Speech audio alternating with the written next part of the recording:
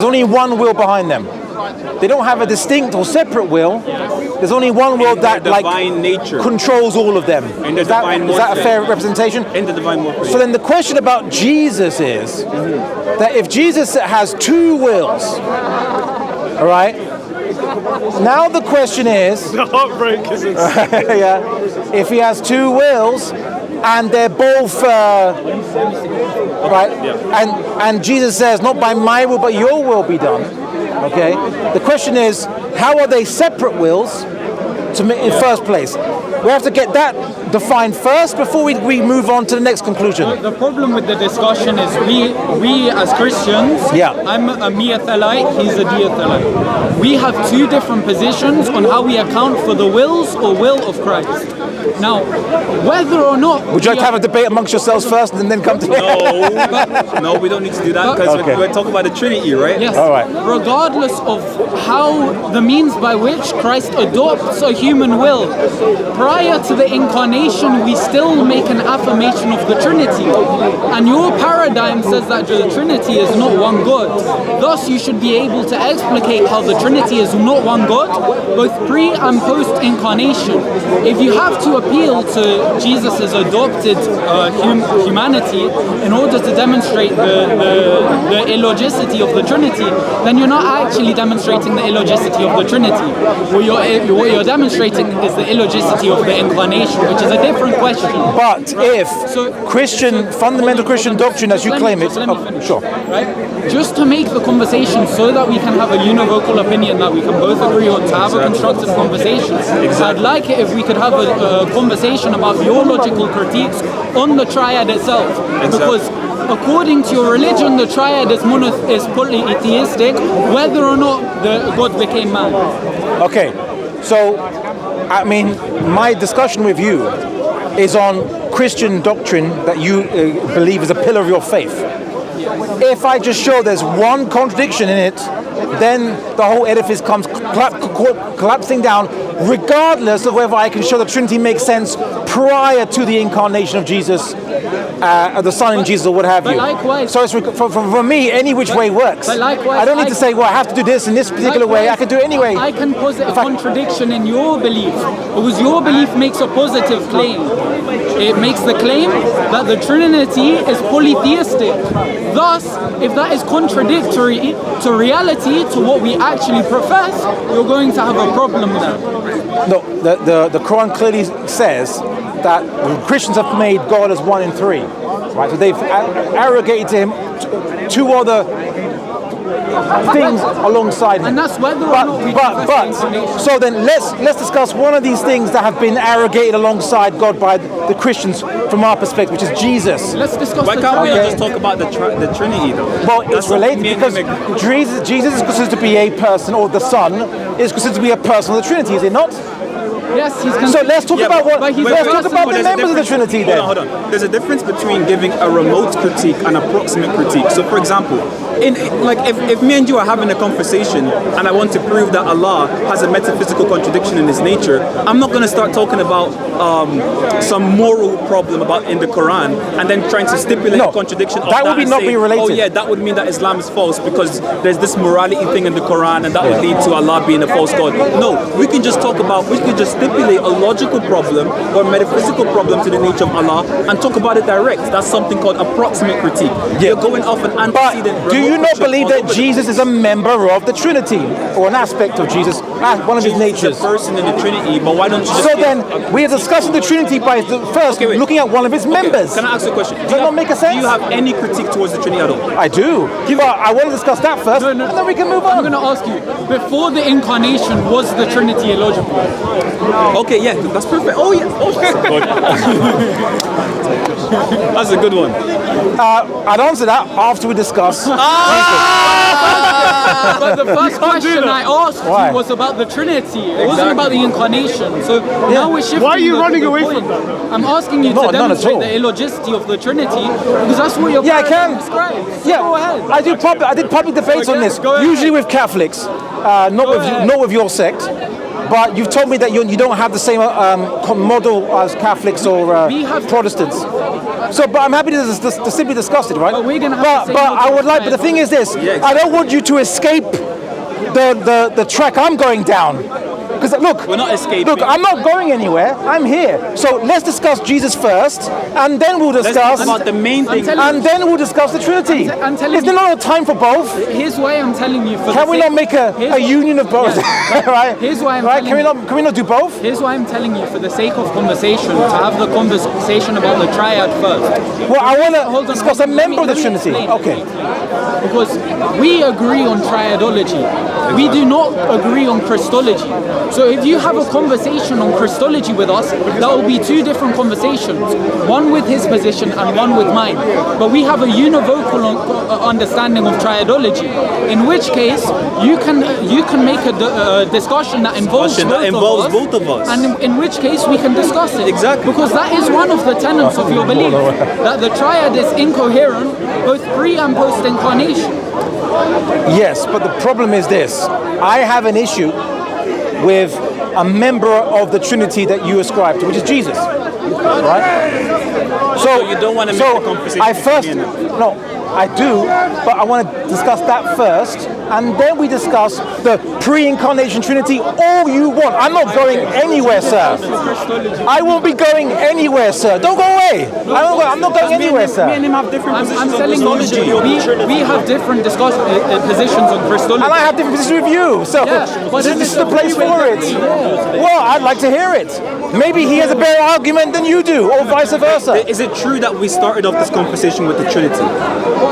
Yeah, we discussed the Trinity. Why don't we not just end the conversation with the Trinity? Yeah, but discussing its members. You can't say, let's talk about the Trinity, but don't talk about the Son or the Father. Just talk about the Holy Spirit. I mean, come on.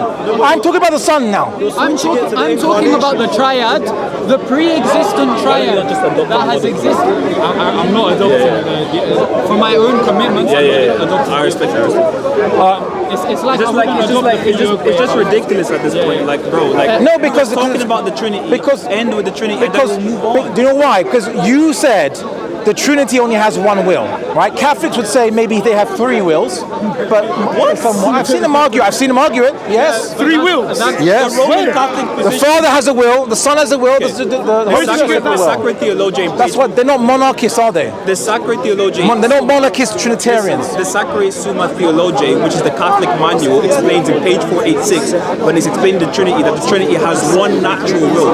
They have one connatural will, the Father, Son, and the Holy Spirit, because will pertains to nature, not essence. And that manual is what we teach Catholic seminaries and schools, Catholic teenagers about Catholic doctrine. So what? Well, I read St. Augustine's on the Trinity. I did a Saint debate. Augustine said that there's three Trinitarian, three divine wills. Well, he said that each of the hypostases, what defines a personhood? What defines a person as being a separate person? What does personhood mean if not separate will? Okay, Just let's get on to that. Right? St. Augustine came before the modern Catholic Church, and he's used as authority in the Catholic Church, and he literally wrote the book on the Trinity. That's what I want to do. All right? So because when I'm debating you, I'm thinking of St. Augustine's formulation of it. Fine, let's talk about St. Well, Augustine. very elaborate work Saint on it, Augustine right? in De Trinitas, when he's explaining and giving an analogy of the Trinity, he says that they do share the exact same will. He does not say that the will is different. He actually mocks the pagans they share for the saying that the ousia. wills are different. They share the same ousia, but they have three different hypostases. Each hypostasis, a person or persona, is defined by what makes it having a separate person, is a separate will. You can't have a separate person without a separate will. That's the definition of a separate person. That's not the definition of a person. So tell me the definition of person then. When we use the term person, we're essentially referring to a hypostasis that is self-subsistent and that is rational, right? Rationality does not mean that it has to have its own will apart from another rational hypostasis. What do you mean by rational? Define rational. Rational, capable of rational thought. You can't define rational as capable of rational thought. That's circular. What is rational? Break it down into more fundamental words. You can't? What do you want to break down? What do you want to break down? The word rational. What does rational mean? Okay, so rational. Rational means intellectual or intellectual principle. Meaning, if something has an intellect, it's rational. That's why. Well, what does intellectual mean then? We're using more words here that we haven't defined. I'm so sorry. You don't know what the word intellect means? I want to know what you mean by the word intellect. Oh, I'm sorry. Okay. So intellect. It's just in the definition. Bro, Because we're speaking English, okay? So do I need to the define devil every is word in the I say? because we're talking about philosophy here, sir.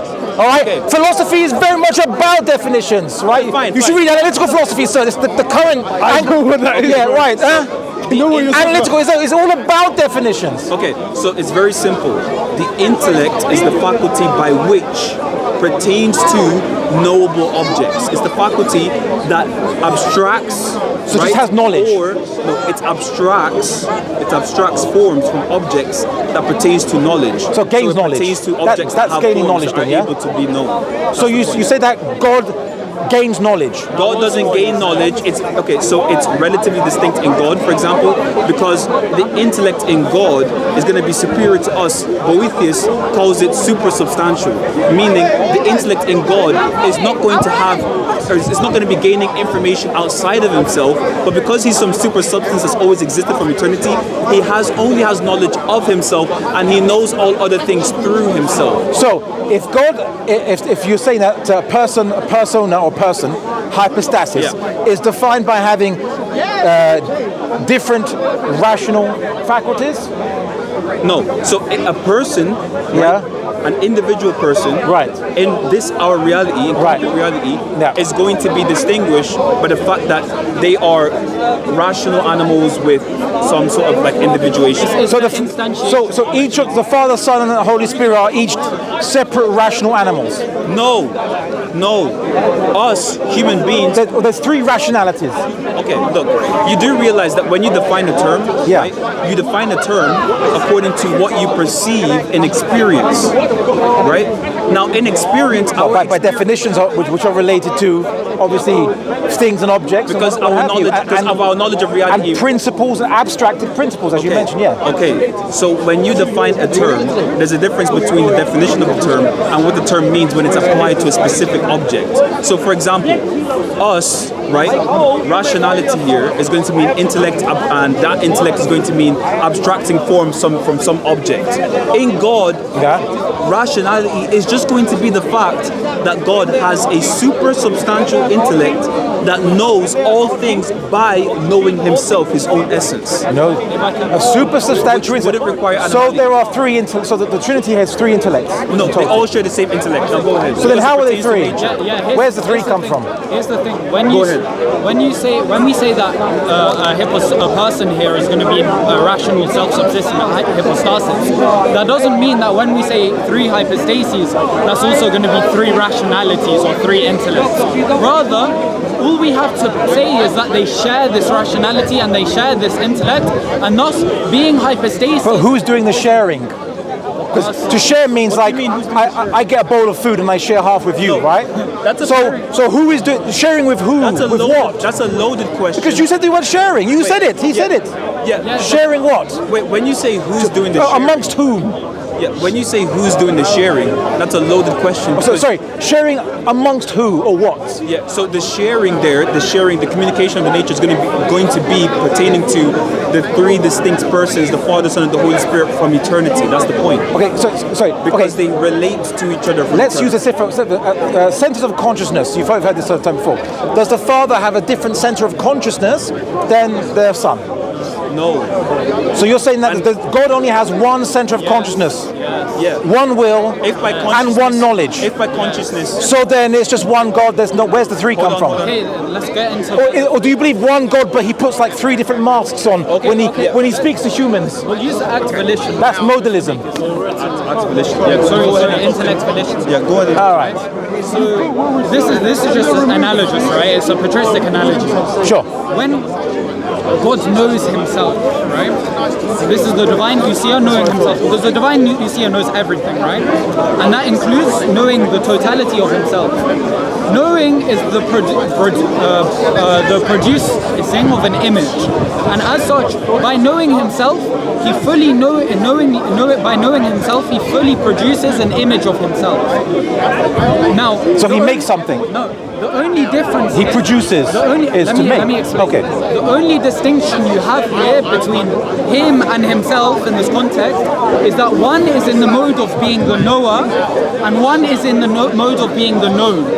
And since between cause, the knower, and uncaused, the object of the knowledge, there is a true dichotomy, these are repugnant predicates, there's some kind of distinction that's established, even though that there's univocality of substance. And this distinction... But can the knower knows that he knows? That is such a look. That's a reflective act. We're talking about So there's a distinction. There's a distinction between. Don't touch me. What's going on? He came to push me. I was like, chill, bro. Calm down, guys. So there's a distinction between reflective act and imminent act. So what my brother is explaining is the imminent operations of intellection and volition that constitute the two different persons from the Father, the Son, and the Holy Spirit. So the reason why we say the Father and the Son and the Holy Spirit are different are just as he explained it. It's going to be based on something called intellectual operations. The intellectual operations are divided into two. The intellection, the act of knowing yourself, which produces a distinct object. In God, that's going to be a distinct subject, right? Does it? Because from eternity, it's been occurring, so it wouldn't be an object external to him, it would be something internal to him, which would constitute a different person. So in God, this is not metaphysically necessary. Literally knowing yourself is literally your own self. Do you know yourself perfectly? This is something. Sorry? Do you know yourself perfectly? Regardless. How does knowing yourself mean I'm a separate person? Listen. There's two Abdullahs because I know myself. Look, I know that I like Marmite. Okay. Am I two separate Abdullahs now? Wait, hold on. Second Abdullah? We are not saying it's a metaphysical entailment. We are saying that this is the metaphysical fact that explains the procession. We're not saying it's metaphysically entailed. That's different. For example, the Trinity is something given to us by divine revelation. Okay, so metaphysical laws. No, you pulled on us. If I may stop you, a very good question. For the Father to know himself, he must precede the Son. For the Son to know himself, he must, because the Son know himself? No.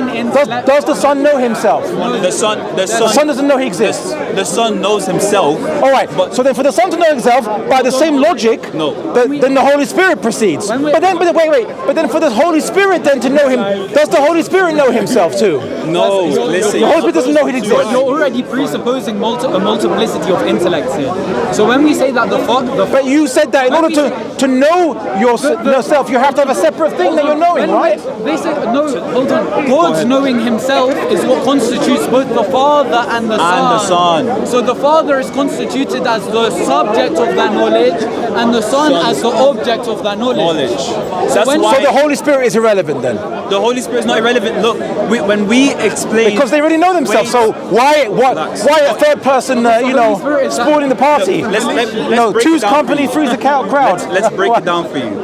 Yeah. The intellectual operations are twofold.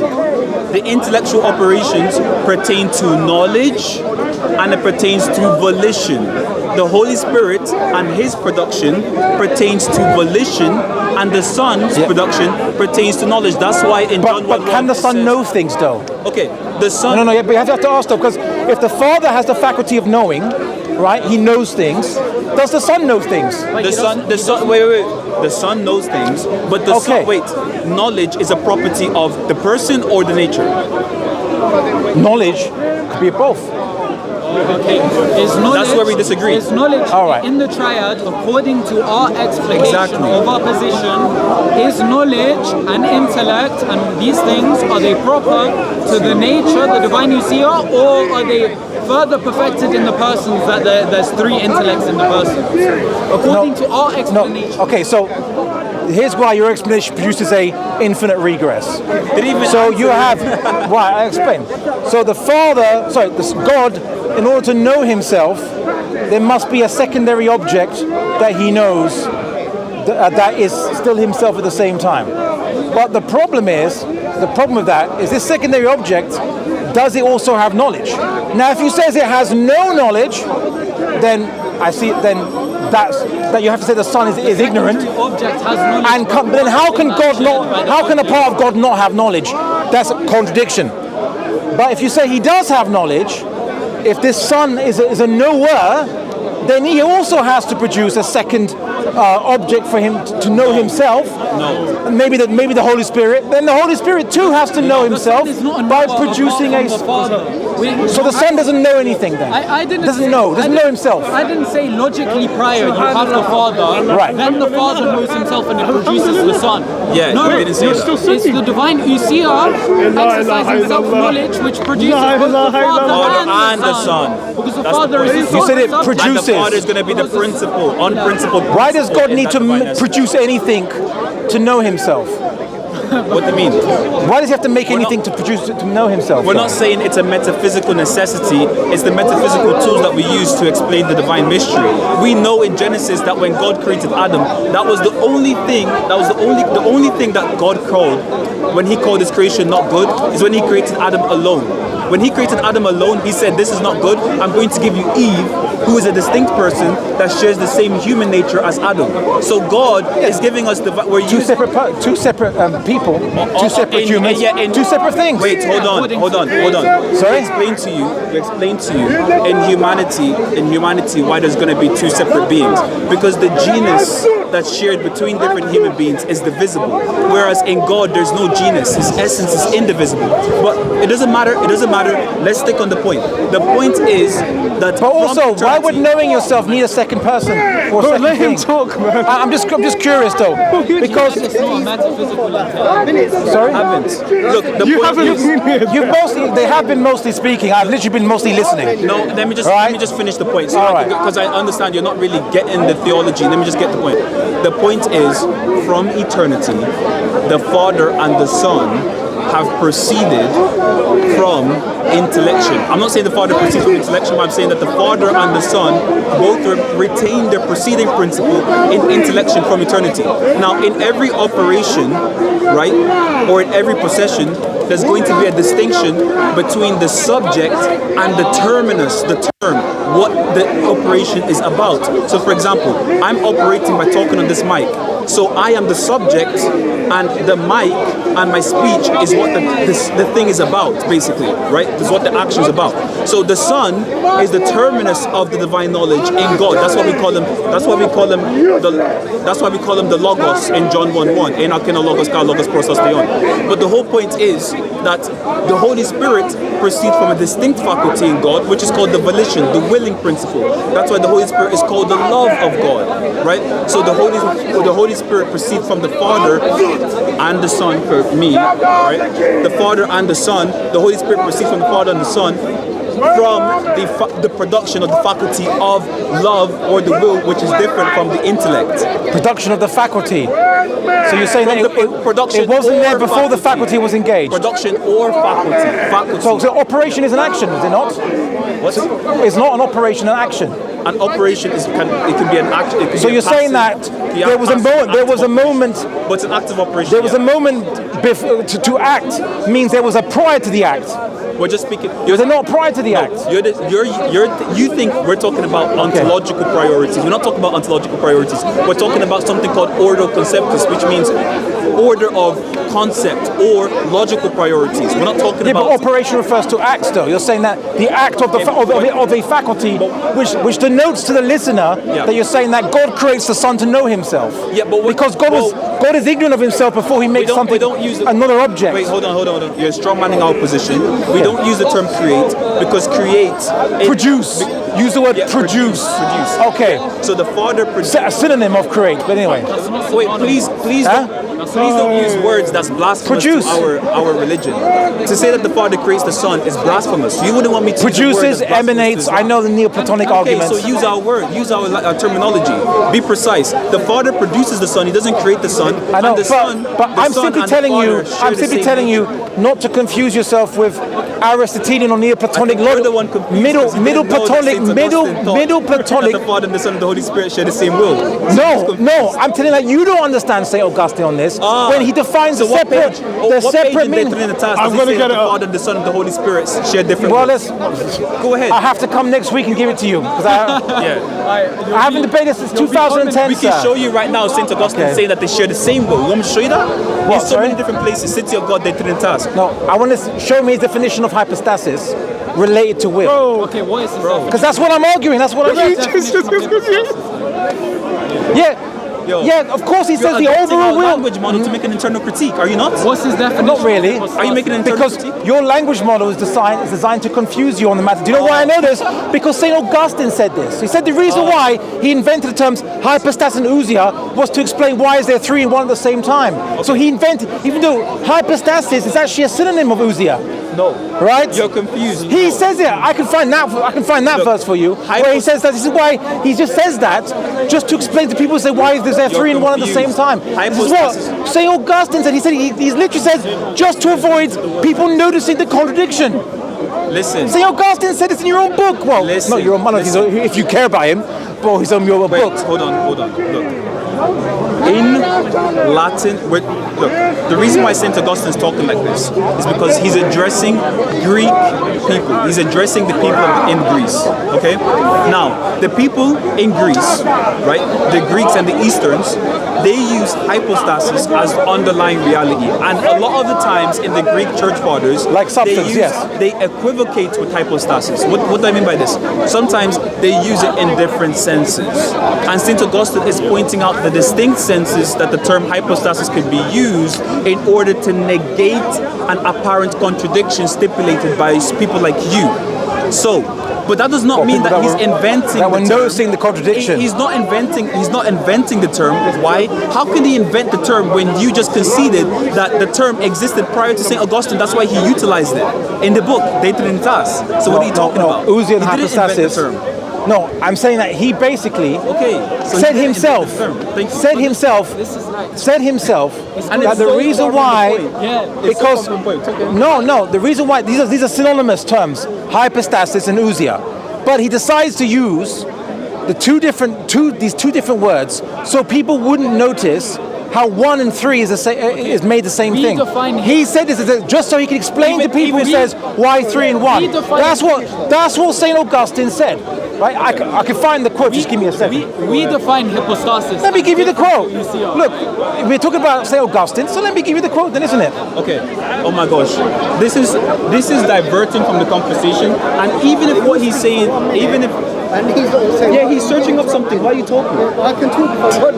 What he is saying. Anyways, look, so he's diverging from the topic, and his other friend is breaking down right now behind me. But the whole point is, even if what he's saying, oh my gosh, the whole point is, even if what he's saying is true, it would be irrelevant to the conversation, because right now we're talking about whether it is the case that there's a logical or metaphysical problem with the Trinity. So even if St. Augustine radically invented some new term, which is false, by the way, got me. but even if he radically invented some new term, that would be completely irrelevant. What is the metaphysical problem or the logical problem to the Trinity that you stipulate towards us right now? What is the problem?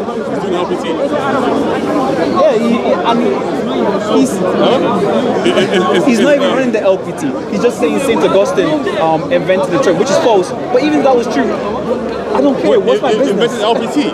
No, invented the term hypostasis. Oh, Jesus No. To distinguish I didn't say. Oh, Okay. Jesus Christ. To distinguish itself from Rather not invented, but rather adopted the term because he was speaking to he the. adopted the term. So what does that have to do with the metaphysical problem of the Trinity? Wait, this is an MET now? Yeah, MPT. It's an MPT? Yeah. All right, let's go. What's an MPT? What's an MPT? Yeah, God bless you. I don't know, a metaphysical... Person, the father. Yeah. But yeah, that's interesting. We can do that. I would never have thought that would be his topic. I would have assumed he was more like a political guy, but that's okay. I used to debate Christianity back in the day. All right, well, It's go back and practice. a little fun. Tell, could you? You need to read more, Don. You need to read more, man. No, No, 'cause you- I'm not trying to be Sir, insulting. you haven't explained the Trinity But you need to read at more. all. You've simply said that it could be knowledge or rationality, but then I say, okay, then does the son have his own rationality, or does he have knowledge of himself? You say either he does or he does not. I mean, it becomes contradictory. Like you still haven't made sense of why you're saying like there is three in one God. Look, three of what? It might be. Right, I say if the Father's not the Son, the Son's not the Father, right, which you believe, right? Yeah. So in what sense? Okay, just a different name? Okay. But God has three different masks that he uses? Can I talk? Okay, there's a difference between essence, right, and prosopon, person. The difference between essence and person is elicited by Boethius, okay? Now, person is going to be the individual with the rational nature, whereas essence is going to be the rational nature itself. So, the persons in the Trinity are different because they're different individuals. If you don't know what an individual is, I can explain that to you as Henri Grenier explains it in page 173 of his book, Thomistic Philosophy, when he's explaining simple, basic philosophical categories. I can explain that to you, but if you do understand what an individual is, then you would understand that in my framework, I have posited a sufficient distinction between the persons in the Trinity for you. Whether you disagree with it or not, you might, but you cannot say that we've not posited a distinction between the persons. They're different individuals sharing the same nature. What's annoying is that he was just reading the whole time. That's what he said. Yeah. No, because I'm trying to get you. Because he challenged me. He challenged me to get a quote. I was getting it, and then he decided to continue talking without my permission to continue talking to him. You asked him a question. Sorry? You told him that he hasn't explained anything about the Trinity. Yeah. I didn't ask him a question. I was getting the quote. I initially was challenged to. I can't look, sir. Let me first get the quotation, then we continue. If you were doing that, then just tell him to wait. Then he can wait without wasting his breath. Sorry? Okay, then please wait. I'll come back to you with the quote. You have like 2 minutes because you can't wait forever. Do what you want. Okay, right. the problem is though that if he brings up this quote, it's completely irrelevant. So he's wasting our time. Because if it's the case that St. Augustine randomly invented a new word, that would be completely irrelevant. Yeah. Completely irrelevant to whether there's a metaphysical problem in the Trinity. So for example, anti-realists want to say that there's a lot of anti-realists want to say that there's a metaphysical problem with free will. If I invent some new term, right, to maintain some consistency with free will, then if an anti-realist is complaining saying, oh, you invented a new term, that's irrelevant to whether there's a metaphysical problem with free will in itself. Let's talk about the substance of the conversation. Let's not run to quotes and dodge the topic. He might not be the right person for this, really. Whatever, he's here. Okay, so it's okay. Like I want the neutrals are watching. I want them to understand. Fundamentally, it'll end in a whole bunch of So Augustine says regarding the Greeks. So I say essence, which in Greek is called ousia, and which we call more usually substance. They indeed use also the word hypostasis, but they intend to put a difference. Oh. I know what. Continue. That's what I said. Continue. I already said that hypostasis and ousia are synonyms. Did I not say that? No. Did I not say? Wait. Why did I not say? Relax. Because you're saying that. Reading. Let me finish. Did I not say that hypostasis and ousia are synonymous? Did I not say they are synonymous? It doesn't matter. Just confirm. Did I not previously say that ousia and hypostasis are synonyms? Yes or no? I'm not you on that. Yeah. That's correct. Did you hear me say that? That's not correct. It doesn't matter. I'm not. Just confirm. Yes. So I'm not contradicting myself, am I? You are. What do you? I'm literally. This is proving what I just told you. Not. Why do you think? Just wait, sir. So continue reading. They indeed use also the word hypostasis, but they intend to put a difference. I know not what between ousia and hypostasis. So that most of ourselves who treat these things in the Greek language are accustomed to saying, and then it quotes in Greek, or in Latin, one essence, three substances. But because there's no O there, we haven't gone anywhere yet. Could you just let me quote? Continue. Okay, no annotations, please. Let me finish. Let me finish. Calm down. Right. But because with us, the usage has already obtained that by essence we understand the same thing which is understood by substance. We do not dare to say one essence and three substances, but one essence or substance and three persons, as many writers in Latin who treat of these things. I haven't finished, sir. It continues. Now you want to continue when we got to the point. Now you because we have to read all of it. It's been that way since after Nicaea, by the way. But one essence of substance and three persons, as many writers in Latin who treat of these things and our authority have said. in that they could not find any other more suitable way by which to enunciate in words that which they understood without words. But in truth, as the Father is not the Son, and the Son is not the Father, and the Holy Spirit, which is also called the gift of God, is neither the Father nor the Son, certainly they are free. And so it is said plurally, I and my Father are one, for he has not said is one. As the Sabaeans say, but are one. Yet when the question is asked, what three? Human language labors altogether under great poverty of speech. The answer, however, is given three persons, not that it might be completely spoken, but it might not be left wholly unspoken. So what he's saying is that he has to find the word persons without a definition of this term, because the human language, he says, can't convey the explanation of why there's one and three without it being a contradiction. So he admits, the term is used just so they can give an answer, even though they can't actually give a proper answer. You're doing eisegesis right now. You're not even reading him. He didn't even mention the word contradiction. Here's what he said. He didn't say contradiction, but he just said contradiction right now. No, did I quote him saying contradiction? I didn't say he said that. Yeah, you said I what said he's saying is when to explain to people why something is one and three at the same time. When he says that human language, he says has a poverty. He says it can't explain it. That's not what he said. That's not what he said. He said great poverty. I read it again for you guys. He didn't say you can't explain it. Look, let me. Oh wait, you're cherry picking. Yeah. When the question is asked, what three? So when it says one, but what three? Human language labors altogether under great poverty of speech. The answer, however, is given three persons, not that it might be spoken, but that it might not be left wholly unspoken. Now listen. So who is he talking So he to? said it can't explain it, but he just wants to give an answer. You can't explain it. Because he says not that it might be spoken. Listen. It can't, because he can't explain it. Wait, that's what he means. Okay. Why does he mean it? Why does he say that? Can I ask you a question, man? Why does he say that then? Lock in, bro. Lock in. Look, who is he speaking about when he says they say three substances? Who is he speaking about? No, he said when people ask what three, that's what he's saying. Three substances. Who is he speaking about? So when people is asked, people who are asking, where is what three? He says human language labors. It's a great poverty of speech. Human language can't explain it because he says the answer, however, given is three persons. Three persons, not because it might be completely spoken. Which can you answer which my in question, the Latin, man? Scroll up to where he said three not substances. that it could be completely explained, but just that they have something to say. Okay. Please listen. So the idea of persons and ousia is just so they can find a way to explain something that can't be completely explained. Okay, wait. What is my question to you? Because you're just saying stuff and you're not addressing what I'm saying. I answered your challenge. Where does St. Augustine say what I mentioned when he said that language cannot explain three in one? Right now. And he said, I produced your challenge, sir. Okay. Don't complain because I met your challenge. Listen, you're not tracking. You're not tracking. Look, don't complain. When St. Augustine said three substances right there, right? He mentioned the word three substances. Three essences, yes. He didn't say three essences. He said substances. Don't lie. Okay? Don't lie. What essences? He said substances, not essences. Why are you lying for the cameras? I'm not lying for the cameras. Why would I lie about that? So he said substances. So who is he talking about when he said substances? Three substances.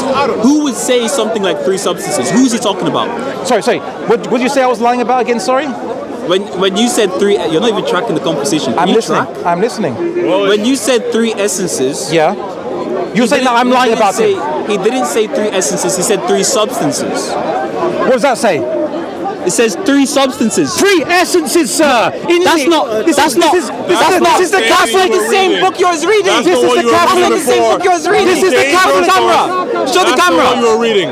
That's what it says. Three essences. Go back to the quote. Go back to the quote. This is the Catholic. You were reading. You ran away to a different. The Catholic library. You're lying. The Catholic library says on St. Augustine. Three essences. He was on St. Augustine, not St. That's the one you were on St. Augustine. He wasn't reading that before. He's not reading that before. He was reading St. Augustine. And he changed it over to something else. Yeah. No. Stay on the link that you were before. So this is a deceiver. Sir, three essences again. This is what I was reading. This is St. Augustine. Look, on the Trinity. Book 5, on the Trinity. And he said, three essences. essences. You see that? Three essences. Okay. Right, you see that? Can I? Right, sir.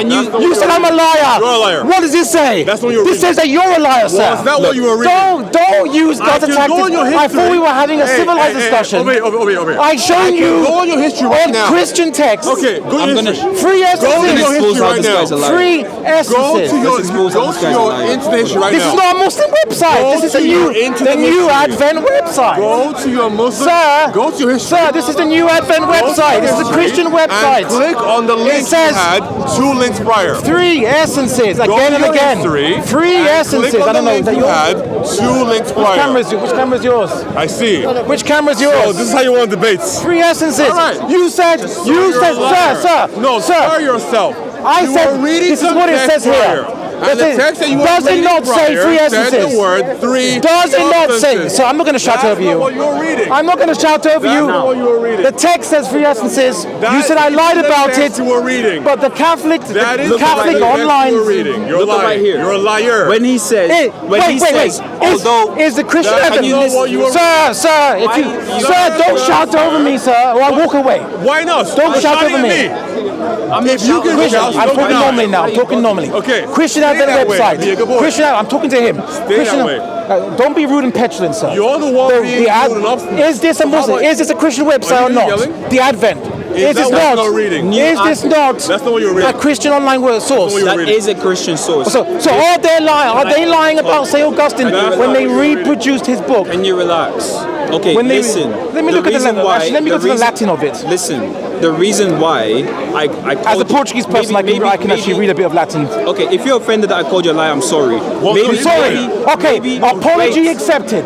Wait, hold on. changed Thank Hold you. on, maybe- Thank you. can I Apology talk? accepted. Can I talk, bro? Because you, Wait, are you yelling Maybe, again? wait, hold on. I never called you a liar. Are you yelling again? Look, in the Latin, this is the Latin Why are you translation. yelling so much? Let me finish it. Why are you yelling so much? Because you're talking over me. You're so In the Latin you're translation, wrong about what you said. so they said they accused me of being a liar. But I said that St. Augustine mentioned that there's three The essences. reason why, Okay, so I pointed out the St. Augustine's book in the Catholic translation from the Latin. It's on the website. There's 2 different websites. St. Augustine's book on the Trinity. You can find it online. Can I talk now? No, let me finish. Okay, go ahead. So that I said St. Augustine mentioned 3 essences when referring to the discussion of the Father, the Son, and the Holy Spirit, the Trinity. So look, it says here, I will highlight it if I can, if there's 3 essences, he says, and if you look at the Latin, it's very good. The Latin is where the English is, because maybe the translation is wrong, right? The Latin, tres essentiae. Tres essentiae. There. Right? Listen. So they said I was lying about St. Augustine. Wait, hold on. But reason the why I Latin talk- translation accuses you guys. Wait, okay, wait. Let me talk. So you have you apologized for calling me a liar? Have you apologized? Yes. Wait. The reason, Do you apologize for can calling I me a liar? talk, man? Do you apologize though? The reason why I You called called him me a a liar. liar. Hey, if you I wanna said, yell, yeah, let me talk. Hold on. The reason, Keep quiet. I said it's either you are a liar or you are confused. The reason why I just quoted it. Let me talk. I'm gonna finish Yeah, speaking. go ahead. The reason why I apologize to him for calling him a liar is because he might not actually be lying, but he might be confused. You might actually About not what? be intentionally lying. It You might literally be says confused. it. Now, what I said specifically is this. I oh my correct- God! Can I Keep finish? quiet. I correct- Keep quiet. I'm Sir, gonna finish. sir. It is not your Are you turn. getting angry because I Keep quiet. corrected I'm you? gonna finish. I corrected I'm you gonna finish. about St. Augustine's I'm gonna book. finish. You're not gonna speak over me. Did you say am I confused about what? Now, Breathe. now, listen. I'm alright. You are embarrassed. You are embarrassed. I understand. Wait, hold on. But don't accuse me of being a liar, sir. Here's the point. Right? That's it. What I told him was, in the quote that he brought up, Saint Augustine mentioned. Which one's yours? The reason why he mentioned. Explain a little bit about how was the conversation. Come here. Yeah. Give a conclusion.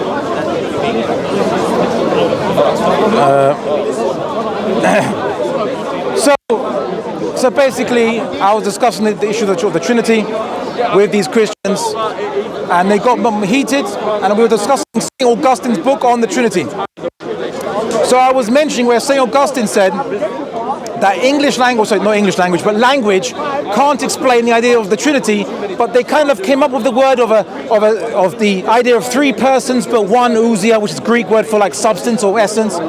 They came up with this idea just to give some answer when people ask, how can God be one and three at the same time?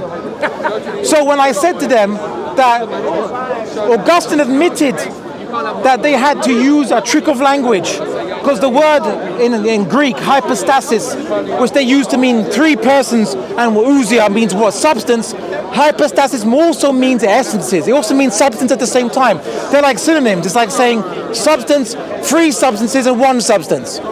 So St. Augustine basically admitted that we have to use two words which mean the same, but they're two synonyms. They can be used in different ways, so that people are not. There's an answer when people say, "How can God be one and three at the same time?" Right? Language can't meet it. So when I quoted to them that really hypostasis can also mean essences, it's a synonym of ousia. These two words, so it's three essences or one essence. Contradiction. They said Augustine never mentioned hypostasis as essences. There's no three essences. When I quoted them that this is actually St. Augustine's book, they said I'm lying.